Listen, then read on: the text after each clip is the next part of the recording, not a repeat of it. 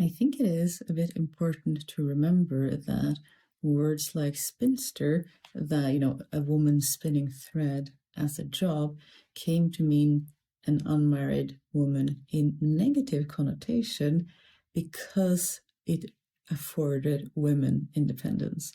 Not all women, and not a very high paying vocation either, but for some women, spinning was something that enabled them to live independently without either marriage or a male relative. And of course, they didn't really want to have that, so they turned it into a derogatory term for an unmarried woman, although some did choose to stay unmarried because that was preferable to being tied to a man with all the expectations and managing of a household that comes with that.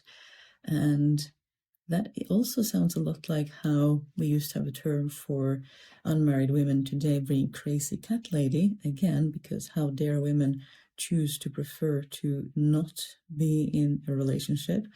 And I love the discourse that is happening online where people are like reclaiming that title and being like, what's wrong with being a crazy cat lady? I would rather hang out with my cat than anything else.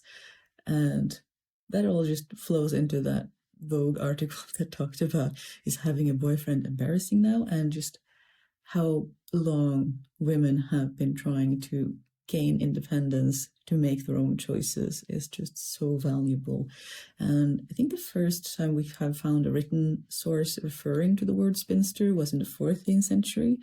And we know that women did this vocation both within relationships but also outside of relationships to supplement their income, in addition to the spinning they needed to do to weave the cloth of their household. That was also, a woman's job.